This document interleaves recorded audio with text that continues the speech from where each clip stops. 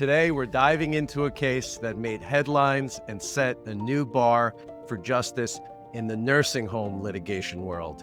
I'm talking about the highest nursing home verdict of 2023 and the man behind it, Elliott Sinel. Elliott's a powerhouse trial attorney who turned compassion for his client into a courtroom triumph that shook the defense bar. We'll unpack how he built his case, the story that moved the jury, and what it takes to turn outrage into a record-breaking verdict. So buckle up, because this episode isn't just about one case. It's really a masterclass in the nursing home world, in trial storytelling, persistence, and purpose. Elliot, welcome to the show. Well, thank you, Gennady. Thank you for that intro. So I want to jump right in. You made waves with this verdict. Everyone was talking about it. Me and you have some history with this nursing home trial world. We've done some cases together. It's a privilege and a pleasure to have you on here. I want to talk about the case of Jacinth Hill as administrator for the estate of Yvonne Clark. Can you take us a little bit about the beginning facts of this case and how it ended up in your office? This was a 67-year-old woman who was in the nursing home, Ramapo nursing home, on Coumadin, suffered a fall. I think you probably know this. Most people know this, but we have, one of the larger volumes of nursing home cases. We do 100% plaintiff's personal injury work, and it's usually a referral through someone that doesn't handle that kind of work, or it comes to us directly. They called us, we investigated it, and we saw it resulted in a death in the Bronx, and that checks a couple of boxes right off the bat. So here we had it, and after a lot of years of hard work, exceptional result I'm glad to talk about. And so we're talking about what happened to Miss Clark at the Ramapo nursing home. Obviously, we have an administrator here. Who is Jacinth Hill? Jacinth Hill is the daughter of the decedent, and she, on her behalf, brought her and used to bring some family members, including her own kids. So we had grandchildren. We had a packed courtroom, throughout the trial. Just a really, really kind, loving family, which I didn't mention that as one of the boxes we check. But when we meet them, we just want people that jurors are going to root for, and you would definitely root for this woman. So I want to talk about that for a moment here, because it's so important. When you, as an attorney that runs a large nursing home practice, you're starting to hear the story from someone that knows very little, right? The daughter who may or may not have been in this nursing home with her mother at the time of the fall. They don't have a lot of information. What is it that you are looking for when you're speaking to family members, trying to see if they have a case or not? First of all, I'm on the 10th floor here in Midtown Manhattan. So if you hear sirens, I'm not piping that in for effect, and neither is Gennady. It's actually out my window. The fire station drives up the avenue the wrong way. So I apologize in advance for that. Let me know if it becomes too annoying. So it goes back to some of those critical boxes, Gennady, and I think anybody listening that wants to know this, you have to appreciate, and this may come off arrogant as some of my comments will, we turn down 19 out of 20 intake calls. The family usually has a bad read on it. People are calling us because of bad results. People are calling us because there's misinformation. People are calling us because mom had a fall or had a wound or an infection or died, and they're just assuming they want some vengeance or revenge or something. But what we do is we go through a virtual checklist. We have everything from venue to the extent of the injury to the target defendant. I'm sure we're going to get into the public health law and nursing home shortly. And if it hits a bunch of those boxes, they get invited in. During COVID, thankfully, we could do more of it by Zoom, but this one hit all of those boxes to get them in, despite the difficulty of the liability. You brought it up, and now is a good a time as any to talk about the law that plays a big role in these cases, in these trials. And I want you to break it down for everyone. We're going to be talking about public health law, section 2801D. That's the one that creates a private cause of action for residents when their rights are violated. Tell me why this law is so important for anyone that is practicing in the nursing home world. Well, I'm going to try to do that without making it a boring part of this podcast, because I think everybody wants to hear about numbers and the verdict and how'd you get it. But it's really undervalued. And most of my colleagues that do this on a high level, we preach it and teach it, and we're always happy to do that. And you could always reach out to me directly, and we're glad to share the knowledge. But it is an underutilized tool, but it would be the equivalent of going to a gun battle without bringing a gun with bullets in it. So in 2023, earth-shattering news, before this verdict, the public health law, the New York State public health law, went into the pattern jury instructions. And the reason that's so important is this law has been around more than 25 years. It's some seminal case. Excuse the boring part. It's called Zaidis. It went up to the Court of Appeals. And it basically amplifies the things Gennady was just saying about it being a private right of action. The brief summary of it is it mimics the federal regulations about minimum standards of care in a nursing home. So you shouldn't have accidents. You need proper care and treatment. You have a right to dignity. People shouldn't be in their diapers and their feces and urine. They shouldn't fall. They shouldn't get bed sores. And we could fit almost anything into that. And the punchline for any lawyers in this field on the plaintiff side is it's a wider net and it shifts the burden. I could comment on it shifting the burden, but I think people don't appreciate it. It basically puts the burden on the defense to have to establish that they did everything possible to avoid the neglect or the harm that the plaintiff is espousing. So if you say that it was a fall case like we have here, they better have in place and have testimony, and they can get anyone to swear to this because you don't know my thoughts about their paid experts, but they better say they had everything in place to prevent the fall, all the fall risk, all of those things. And so it shifts the burden, and I assume we're going to get to the more exciting stuff of what it can do to the damages and the jury verdict result. We got to tease. You got to tease the audience. They've already heard me say this is the highest verdict in 2023. We're talking about negligence here. This is not medical malpractice. You're also not limited by the award that you get like medical malpractice cases do. We're talking about negligence. I want to know here, you have a woman who's 67 who goes into a nursing home. Let's talk about jury selection. From my experience, you always have people with the thought process that someone in their elder years going into a nursing home is already suffering from certain comorbidities. They cannot take care of themselves. What are you doing in jury selection to combat that frame of thought? Well, we are facing it head on. We're embracing their illness. We're embracing their age. We're embracing their comorbidities. What I mean by that is we're saying healthy people don't need nursing homes. Even in my hospital cases, healthy people are not in the hospital. We want to know if you understand and can decide this case based on the care that was required given that condition, as opposed to saying, well, people are old.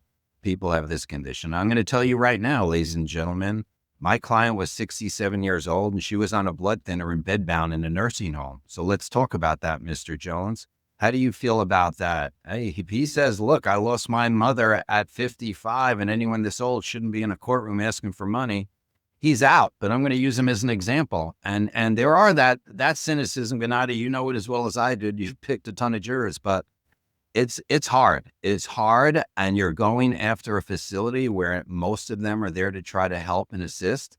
So you got to just read the room and start getting them to talk about the uncomfortable things about age, about illness, and about understanding that the only thing they're going to have to decide is whether there was negligence.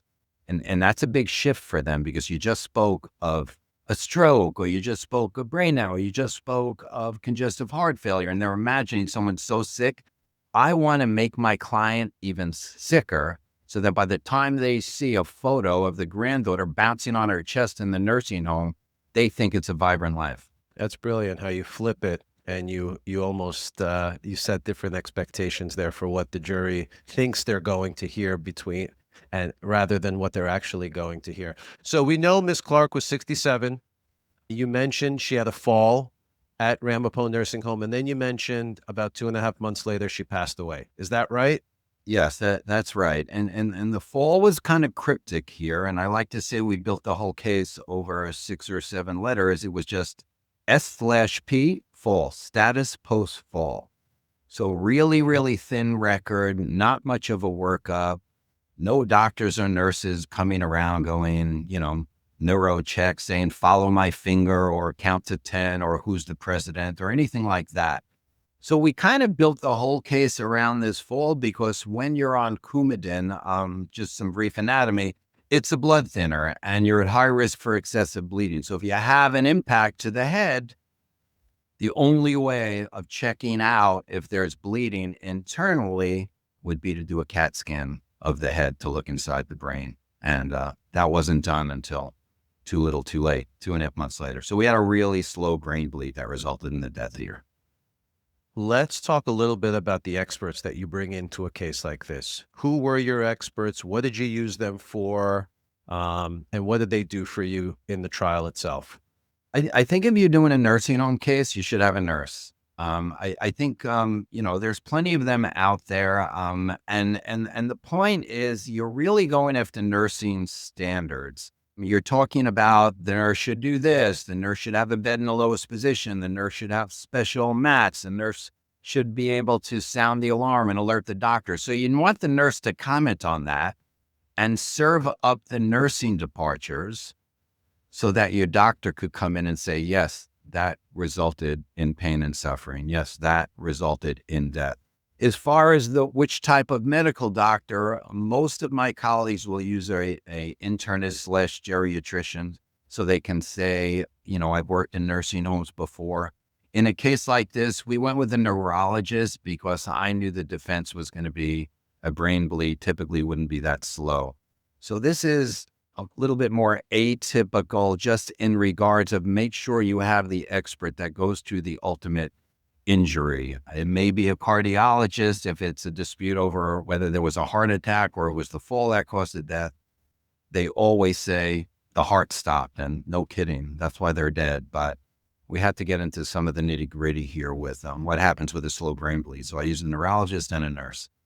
Would you agree with me that the right nurse is really the star of the show in a nursing home case where they really talk about the standards of nursing practice and just kind of what these employees, these nursing home employees should be doing? They kind of set up that framework. Would you agree with that? I agree with it, but I am a big believer of doing it through their nurse or one of their witnesses. They normally will concede that there are protocols. They'll normally concede there are risk factors, whether you're talking about a fall or a bed sore or a delay in protocols of when you transfer someone to a hospital. And you can once you get it out through them, it's like getting, I know we're not going to go into discovery here, but like getting out their policies and procedures and showing the jury they violated their own policies and procedures or their own rules. So I think it's undervalued of what you can get from their witnesses. And I normally insist by my trial counsel, whether it's me or I'm giving it to someone like you, Gennady, please put on their witness first. Please get out their protocols first. Please, let's just get out and set up the case and show that they didn't know what they were doing.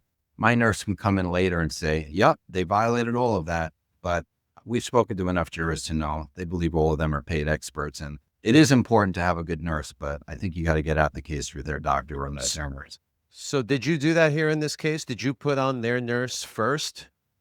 Oh, yes. That was. Yeah. Tell us some of the juice from how you did it and what you ended up getting out from her. I should have got a directed verdict. Let me say that because I got to concede some negligence. I mean, it's just, let's go real specific here. So we talked about a brain bleed. We talked about susceptibility to that after a head impact. And I basically put their nurse on first. and in 20 different ways get her to say it would be a departure in the standard of good and accepted nursing practice if you don't rule out a brain bleed after a fall. Now, they were going so far as to say, we don't even know if there was a head impact because we didn't really have bruising. We didn't have this. And they had some decent arguments. But if you say it enough and you say, but the only way of checking would be to rule it out. And they also didn't do any neuro checks. So by the time you get the nurse to say it in 5 different ways, but you still, all you had to do, better safe than sorry, send them to the hospital, right? And that's not up to you. Now you give the nurse a pass. You got to just tell your doctor there was a fall. You don't know if he's reading every note, but he should be. Get him to the hospital, do a CT scan. That was never done.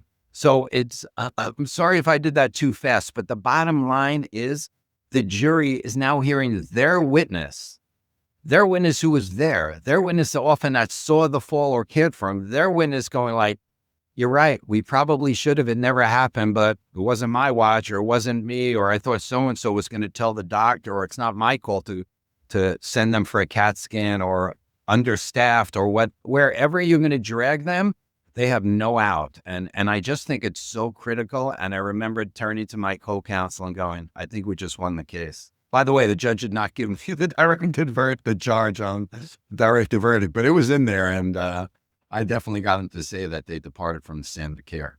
I want to just highlight just one of the things that you just said, because you do speak fast.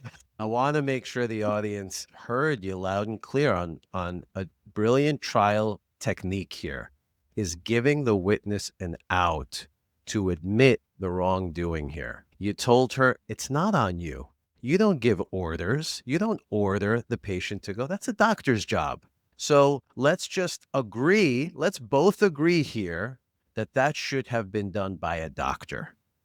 And you have 40 patients. And by the way, your shift was ending. And keep giving them the out, and then they'll realize, yeah, I'm not taking the fall here. Overworked, underpaid, can't do it all.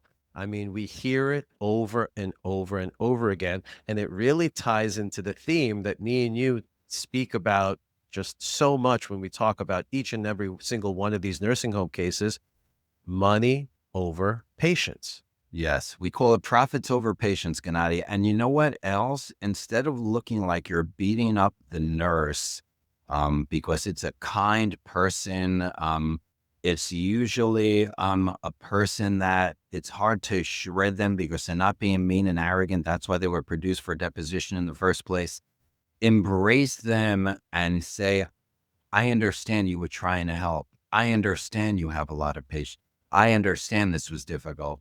I understand that wasn't your job. And if you embrace that, the jurors also looking at you like you're giving them a fair shake. But you're only leading them to the path of departures of good and accepted nursing practice or violations of the public health law whenever you're ready for that. Let me ask you a question about the jurors themselves. Do you like or dislike people that have family members in nursing homes? Generally, I like people that have any glimpse into the nursing home industry, whether it's from personal experiences, whether it's reading the newspapers, whether it's they heard nursing homes are, hellholes, whatever the case may be. So overall, I would say yes, but I want to make this caution because I messed this up in an earlier trial in my career. Don't talk about nursing homes per se that much. Talk about the medical conditions because people are very opinionated and you're going to lose a lot of your good jurors if you get all those opinions out there. There's a sentiment. There's been everything from public service announcements to press of corruption to overbilling to short staffing. You don't want to make it an open dialogue and lose all those plaintiff, basic leaning jurors that think nursing homes are really bad places. So you got to be careful. That's a great tip. You mentioned it, so let's get into it. I know that before you walk into a trial, you have your jury charges ready to go and you have your verdict sheet ready to go before you step into the courtroom. Why is it so important here in these nursing home cases to have that done? I think everything you're building towards, from the moment you start the case, I'd go further back to complaint and bill of particulars is because of, the jury charge and what could you prove. So in a case like this, I want to give the jury some options because I don't know what they're going to like and what they're not going to like. They might think bed in the lowest position or not having a bed alarm, no, that's too much of a reach, but they will really like the fact that they didn't send them for the CAT scan on time. Do you know what I mean? So you really want to give them some options, and with your experts and your discovery, you want to be able to establish a prima facie case to let them check whatever box they want to say, here's a neglect. So again, it could be because they didn't provide proper fall prevention, or it could be after that, they didn't follow up for the treatment. And you want to keep that pretty wide open. And I try to do, in a case like this, let's say 4 to 6 departures, half with nursing home negligence and half with public health law. And that's really more like balls and strikes. I don't know what the jury's going to like. I don't know which is going to go over. I've sat in cases and thought they would like one, and they came back on the other departure, or they hurt me on one and came back on one I didn't think was as strong. And it's just hard to figure out what they want. So I just want to get it to the jury. I'm preparing for my charge conference with the judge.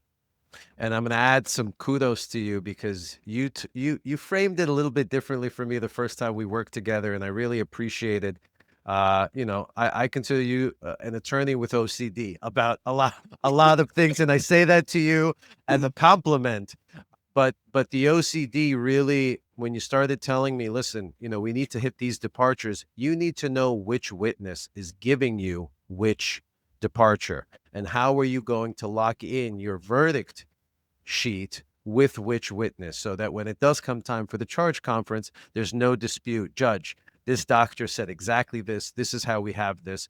That frame of mind before you enter, almost kind of like a checklist, is brilliant. And I encourage every attorney to do exactly that on almost all of your cases, but certainly your nursing home cases, when you're dealing with multiple departures and you're dealing with the damages that we're going to be talking about in just a minute. What was the defendant's position? I know there was a SP fall note in the record.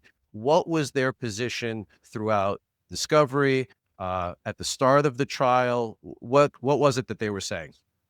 They said because she did okay in the nursing home for the following 2 months, that there was no way that this fall that we're complaining was the root of the neglect had anything to do with her ultimate death or this ultimate brain bleed that was diagnosed on a CAT scan. They used an analogy of, they said a brain bleed is like a hose in a cellar in a basement, and if it just keeps filling up those couple of months, you're going to see symptoms, you're going to see other things. And the weakest part of our case was she really was doing relatively okay for the next 2 months in the nursing. And so how did you start to present that story of the time between the fall and the death to the jury? A lot of work with my expert, $10,000 computer animation, and realizing that we came up with a reverse analogy that it's more like a pinprick in a garden hose in your basement. Like, it's not bursting out. It's not the whole hose ruptured. It's slow. And we use this medical illustration company. And I said, can you make this move very slowly using the brain and just kind of filling up until the brain looks like really red and pushing up against the skull, and why it would take 2 months. I had no idea what they would come up with. We did a bunch of edits, but we got it in front of the judge. And, I think that was critical of that animation, to just give them anatomical sense that, yeah, this could happen. You could have the fall, you could be talking and whatever else.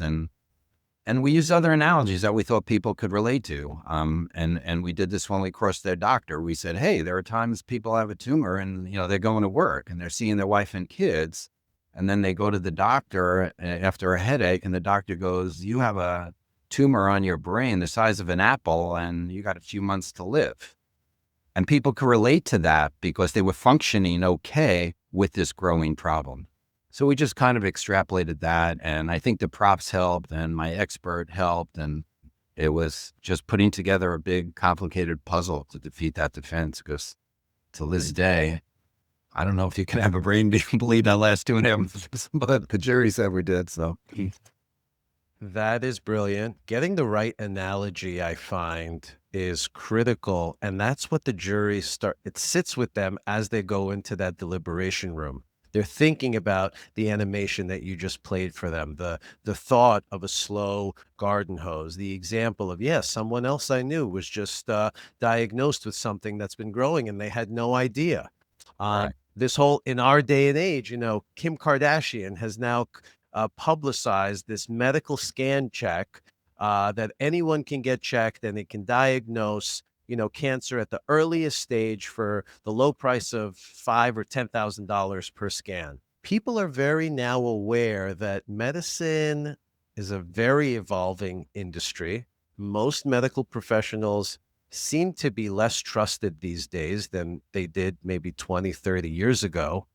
And it really rings home. Those kinds of analogies really ring home. And I think that's brilliant on your part to do that kind of an animation. Could I just tell you what's another underestimated tool of our bar, the plaintiff's bar? Because I'm assuming I'm talking to mostly plaintiff's attorneys here. But defense attorneys at my level have told me that the younger attorneys don't realize how much they have to prove in terms of completing the story.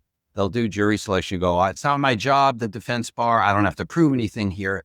I like to shift the burden to them to go, well, then you tell me how it happened. Well, you tell me where this brain bleed came from. Well, you tell. And when you shift it, you come up with your theory. They could mock it. It's too slow. Come on, pinpricks don't happen. There's no symptoms. And by the time they put their experts up there, you're shifting the burden because they better have a plausible story. This is not criminal work where they can put their feet up and they have no burden to prove. They better have a plausible story on the medicine. And here I said, so doctor, to their on the cross-examination of their expert, so you're basically saying this was all a coincidence and it just happened to be her time at that time, even though she had a fall too much. And getting the jury to question that and then hoping, everything from battle of the experts to which analogy they like. But I think that goes underutilized. Hold them to their version too, because especially in these fall cases, we have it in fall cases, we have it in choking cases, we have all these things that go wrong in the nursing home.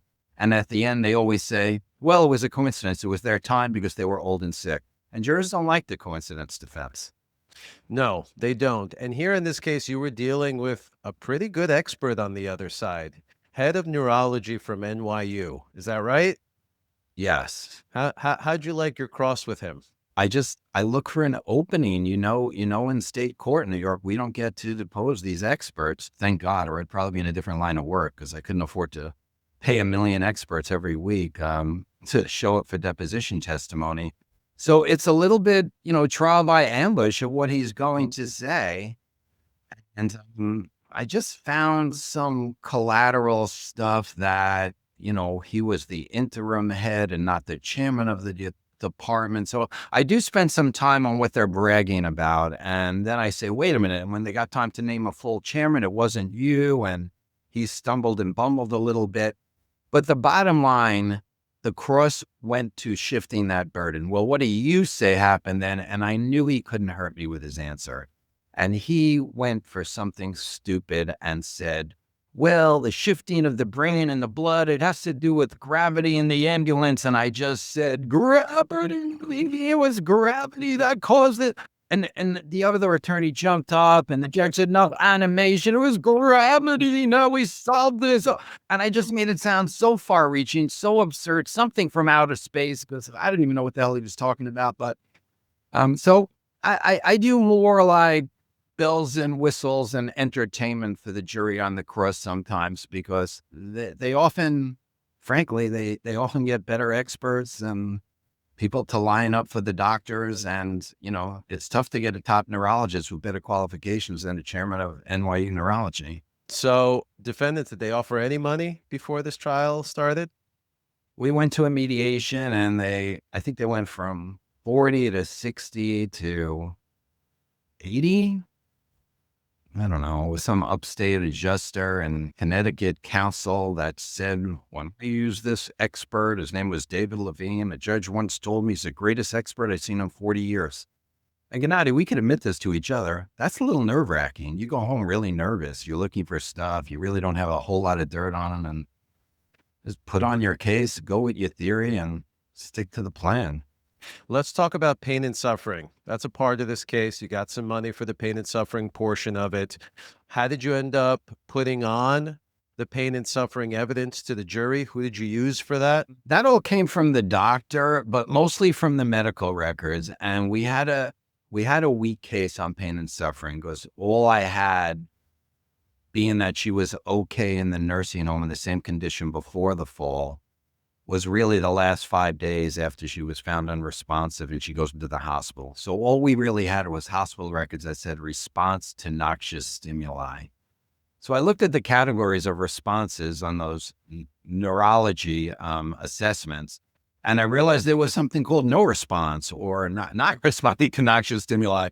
So I basically used my expert and their expert to say, well, you could be more out of it than this. I mean, you could be in a coma, you could be a vegetative state, you could be not responding to pinpricks and this and that. And we just went for the lowest part. I felt like we were grasping at straws to hang on to some conscious pain and suffering, Gennady, because once I could do that, she lived for a week. And I'm like, for a week, I could reach for 7 figures there. And sure enough, the jury gave me $2.5 million for conscious pain and suffering for the week. Remember that time I said we were going to tease the audience and not tell the... Sorry, I was holding back the teaser though. Okay. All right. We still got some more juice for you. What about putting on her daughter or any of the family members? Did you do any of that in this case? It's so powerful. Yeah, it's so powerful. And I hate that most of our colleagues are afraid to push the envelope because of our horrible wrongful death law in this state. And they're afraid to prep their clients to say, I miss mom, or I didn't say goodbye, or the horrible news, or getting that phone call. And I would rather a judge shut me down and shut me up and say stuff in front of the jury when I'm crying and they're crying and we're all crying. You know, bring in the human element, get away from the medicine, put your client on, go slow, let him shed a tear, make sure there's tissues somewhere for effect, make sure there's water. Depending upon if they're comfortable looking, or identify one juror. But I'm really, really, really a huge advocate of get your best family member to connect with that jury. And I usually identify the leader and tell them to look at them once. It's extremely powerful stuff in the courtroom where you can hear a needle drop on a carpet floor when you have the daughter or someone very close to the decedent testifying what that person meant to them. It really goes towards my core of these cases, which is dignity doesn't expire. This person meant something to someone, and just because she was old and just because they're at the end of their life does not mean that their value is any more diminished than anybody else's. And so well said, Gennady, because they always say, well, what life, and they don't like to come right out and say, but they're basically arguing she's bedbound in nursing home. What life does she have? And you're, through this daughter or relative, you're basically saying how her eyes would light up when I came in the room. Her eyes would light up when I brought my daughter, her granddaughter. Her eyes were like, and if that was her quality of life and that was her enjoyment of living out the last 6 months on this planet, so be it. Embrace it. And when they do that, I love to contrast with that's how they saw her, as a cost point and a cost center, and not as a human being. So that testimony, I'm sure, was powerful in your case. Other than the daughter, did you put on anyone else?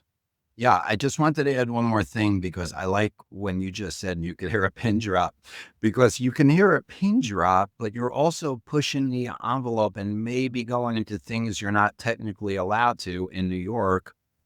But inevitably, the defense lawyer takes the bait, jumps up, says objection, and the jury thinks it's rude and starts rooting for you and this poor grieving relative. And they always take that bait. I mean, 9 out of 10 times they're going to object, and they have to, because they got to defend their client. They don't want to hear the mushy, sad, the crying.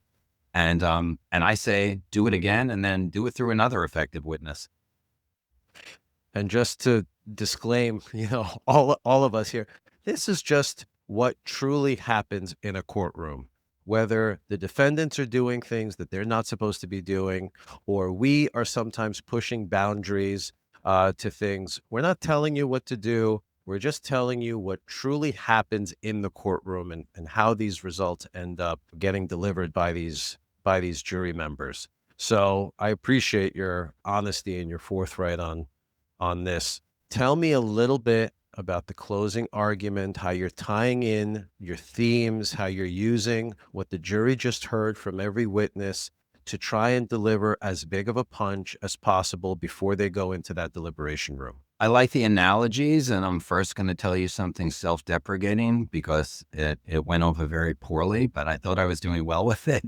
So I really like the theme in the nursing home cases. We mentioned earlier, profits over patients, and I want to motivate those jurors that I didn't like as much to action and why this one case or this one person matters. And so I often either do the sea turtles or the starfish on the beach analogy, and the 11-year-old girl who's kind of on the beach and just kind of throwing these things and getting them over the first wave, and they're washing up, and the lifeguard comes over, but there's hundreds and thousands of these things washing back up. And he looks down at the little girl and he goes, "Why are you throwing those sea turtles or those starfish back in the water? You know, it's not going to make a difference." Little girl looks up at the lifeguard, looks down, picks up the little sea turtle, winds up with all her might, throws it over and gets it past that first wave. Looks back at the lifeguard and says, "It made a difference to that one." And I just had chills telling it to you now because I love it. But spoiler alert, I spoke to 8 jurors afterwards. One of them liked this. The other 7 said, "You lost me with the turtle." I just want to let you know, sometimes it works and sometimes it doesn't. But that one juror might have helped push up the number because she really liked it. So she's like, "I'm making a difference today. I don't care if it's to a sea turtle or a starfish or this patient in the nursing home." I try to move him to action. I try to tell him why it matters. I try to do some of the things you mentioned earlier, which is humanize it. In my office, I teach the staff, they're not files, they're not cases, they're humans. Reach out to the client. So, in summation, I reserve the first part for liability. I reserve the second part, for damages, and I reserve the last part for really, really, really slowly, meticulously going through the verdict sheet. And I think it's underutilized. I think too many lawyers, I'm just going to call these medical cases, too many lawyers don't obsess over part A and B, meaning you got to have causation, and they're winning liability and losing causation because the person was so sick. Critically important in these cases. I had a mentor of mine taught me, just say you need a pair or it's a verdict for the defense. You need a pair, you need A and B or 1 and 2 or 1A. That's why I like when they give me 1 and 1A and put it together. But most of the judges, even this judge, kind of screwed me with that and just gives them separate numbers. 1, 2, 3, 4, 5, 6, 7, 8. I got 14 questions here. So please, please, please, if you forget everything else, and you're nervous and the jurors are folding their arms and your case didn't go well, or they're opening their arms and legs and ready to hug you and it's going perfectly on your summation, go slowly with the verdict sheet. I don't care if it's pushing the lunch hour. I don't care that the judge said how much longer. I don't care that, it's hot and the air conditioner's not working. Go over the verdict sheet and tell them what you want and tell them with confidence. If they flinch, they flinch. My colleague, Peter Thomas, says, you're not going to get what you don't ask for. So I don't ask for that much, but I asked for plenty. It's like the football player that makes the breaking run and runs up for 80 yards and then starts celebrating and drops the ball an inch before he crosses the plane, and you don't finish the job. That's what we're talking about here. You have to see this through, and your verdict sheet is the only way you get to see it through, and you get to avoid appeals if you do it right. And remember, your verdict sheet, we touched on it really briefly, but really critical to prepare with. I order the trial transcripts. I'm ready for the charge conference. So I know I'm going to get X amount of questions on the verdict sheet. And sometimes I don't have a lot of meat on the bones. I'm only getting 1 or 2, but just make sure it's tight. Don't sit down on those directs. until you know it's in your transcript. Don't show up to the charge conference and go, I thought it was here and it's not there. And that translates to your summation. And here it is. I've been working on this for weeks. All right. This is what I know you've been dying to tell everyone. Tell everyone that maybe has not practiced a nursing home case why these nursing home cases can be so juicy through the public health law. What kind of damage can you get compensated for through these types of cases? Okay, ladies and gentlemen, here it comes. There is no appellate law limiting the recovery on public health law death as an injury. So anything related to, this can be an infection after a bed sore and they ultimately die. This could be a brain bleed and they ultimately die. This could be a delay in transfer because they had a fever and they ultimately die. There is no appellate law in the state of New York saying what these cases are worth on PHL death. Now, let me tell you why it's a slippery slope, okay? And maybe that's why there's still no appellate law.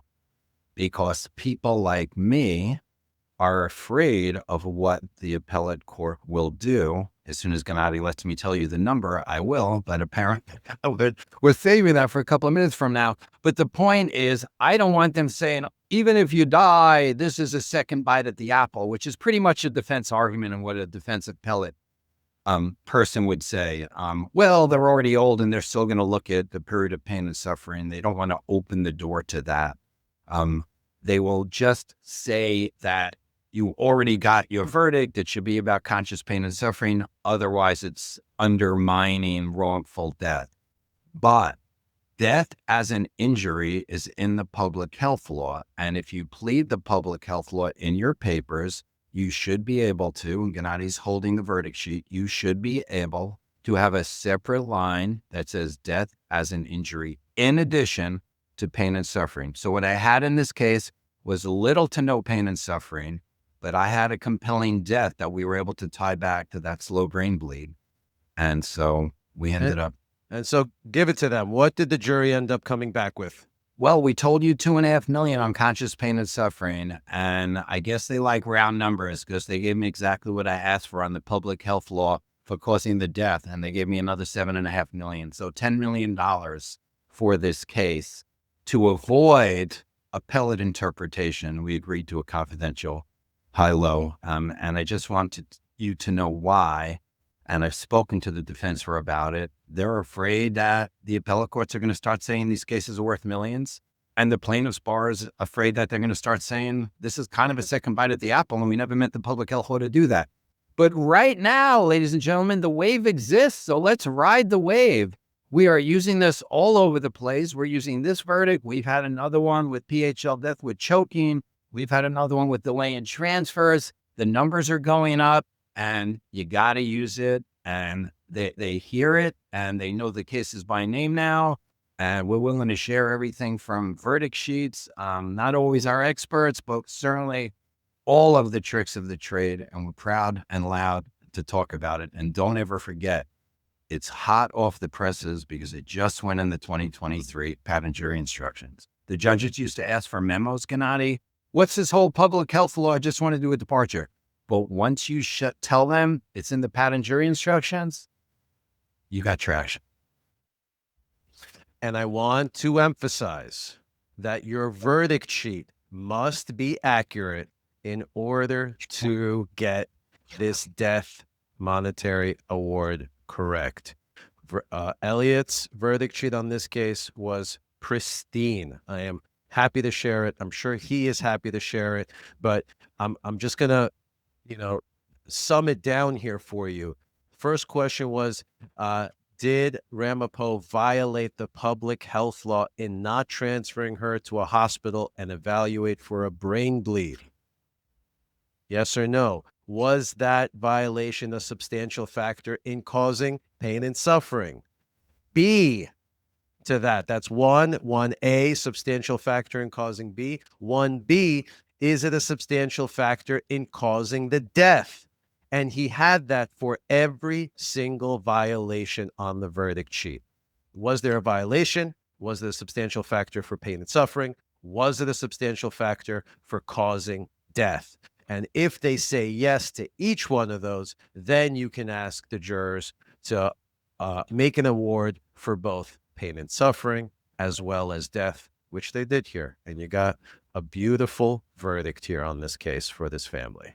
The sea turtles we could have done without, but I still love the attempts and the honesty. You know, I've done it. I've done it. I did one. I tried to bring in my cousin Vinny into the courtroom thinking it was gonna hit.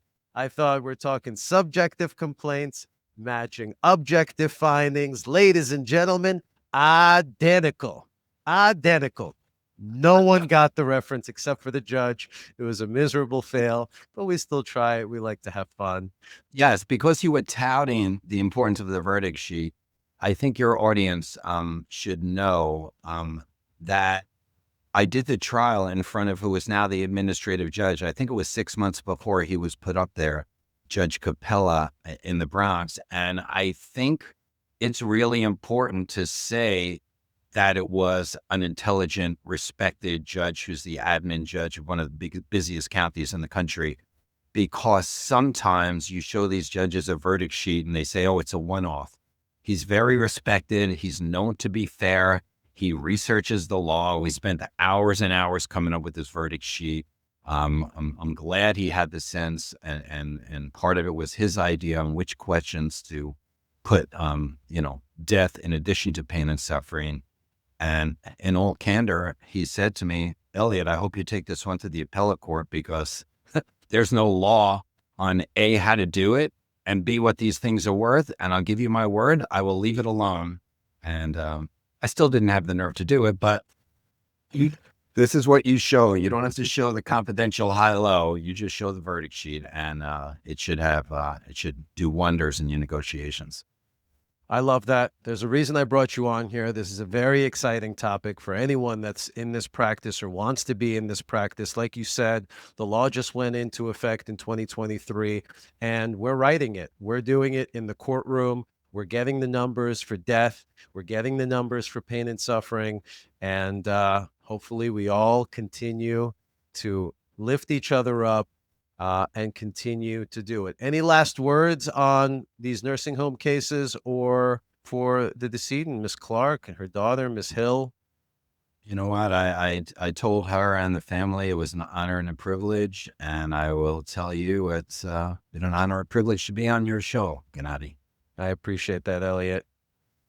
Folks, as we close the book on today's chapter of the Trial Bible, remember, when rights are violated, it's our job to wake the system up and make sure every verdict cares for the truth. Until next time, keep your cases strong, your client's stories alive, and your advocacy well nourished. Thanks for tuning in. Thank you. That's a wrap for this episode of The Trial Bible. We hope you've gained some valuable insights. Don't forget to subscribe, rate, and review so you never miss an episode packed with winning tactics and expert advice. Thanks for tuning in.